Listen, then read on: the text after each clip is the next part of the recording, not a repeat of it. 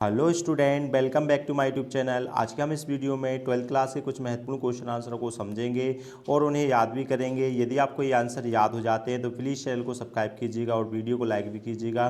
चलिए तो बगैर टाइम वेस्ट की वीडियो को स्टार्ट करते हैं। सबसे पहले हम क्वेश्चन देख लेते हैं।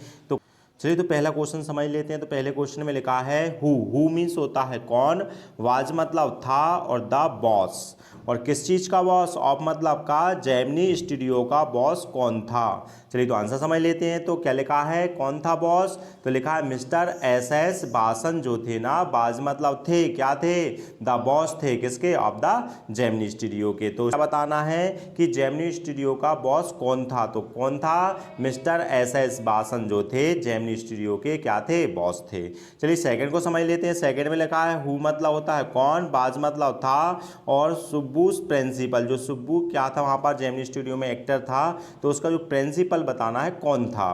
तो आंसर देख लेते हैं। तो क्या लिखा है, मिस्टर एस बासन जो थे ना, और वो क्या थे, ऑनर थे, मालिक थे काय के, जेमिनी स्टूडियो के। वही क्या थे, बाज मतलब थे, प्रिंसिपल थे, किसके, सुब्बू के क्या थे, वह प्रिंसिपल थे। तो इस क्वेश्चन में क्या पूछा जा रहा है, जो सुब्बू एक्टर था ना उस जेमिनी स्टूडियो का, उसके प्रिंसिपल कौन थे। तो उस प्रिंसिपल का नाम क्या है, मिस्टर एस बासन थे, और वही क्या थे, ऑनर थे जेमिनी स्टूडियो के, वही क्या थे, उनके प्रिंसिपल भी थे। चलिए थर्ड क्वेश्चन को समझ लेते हैं। थर्ड क्वेश्चन में क्या लिखा है, हु मतलब कौन, बाज मतलब था, the English visitor, English visitor कौन था, और जो इंग्लिश विजिटर कहाँ आया था, टू द स्टूडियोज में आया था, जेमिनी स्टूडियो में एक इंग्लैंड से इंग्लिश विजिटर आया था, तो उसका नाम पूछा जा रहा है, वह इंग्लिश विजिटर कौन था। चलिए तो आंसर समझ लेते हैं। तो क्या लिखा है, उसका नाम बताया जा रहा है, कौन था, स्टेफन स्पेंडर। जो इंग्लिश विजिटर जेमिनी स्टूडियो में आया था उसका क्या नाम था, स्टीफन स्पेंडर था, और वो क्या था, एन इंग्लिश पोइट था, और क्या था, एक एडिटर मतलब संपादक था पत्रिका का। वाज मतलब था, और क्या था, इंग्लिश विजिटर था, और वो कहाँ आया था, जेमिनी स्टूडियो में आया था।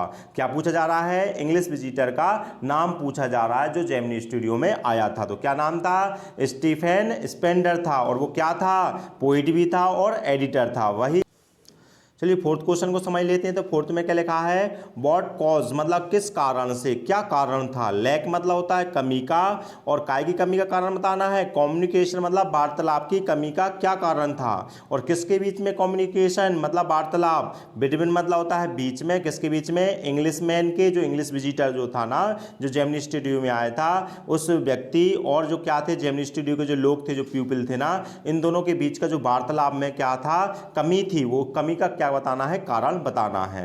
क्या पूछा जा रहा है क्वेश्चन में, व्हाट कॉज मतलब क्या कारण है, काएगा लैक मतलब कमी का, कम्युनिकेशन मतलब वार्तालाप करने का, और किसके बीच वार्तालाप, बिटवीन मतलब के बीच में, इंग्लिश मैन के और जो जेमिनी स्टूडियो के जो पीपल थे जो काम करते थे, उनके बीच में क्या था, वार्तालाप में कमी आ रही थी, उसका हमको कारण बताना है।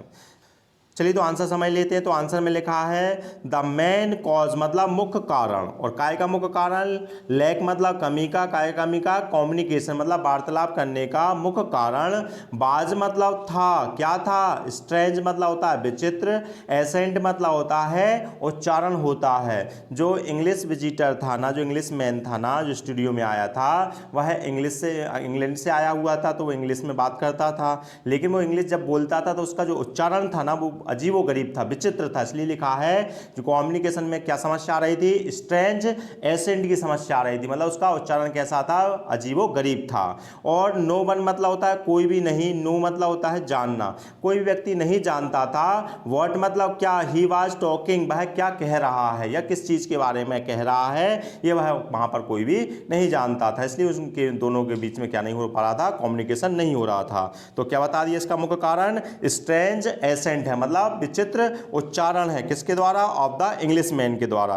तो वह विचित्र उच्चारण करता था, इसलिए ये कह रहे हैं कि नो वन मतलब कोई व्यक्ति, न्यू मतलब जानता था, नहीं जानता था, नो लगा है, कोई व्यक्ति नहीं जान पा रहा था कि व्हाट मतलब क्या, ही वाज टॉकिंग अबाउट, वह किस चीज के बारे में बात कर रहा है।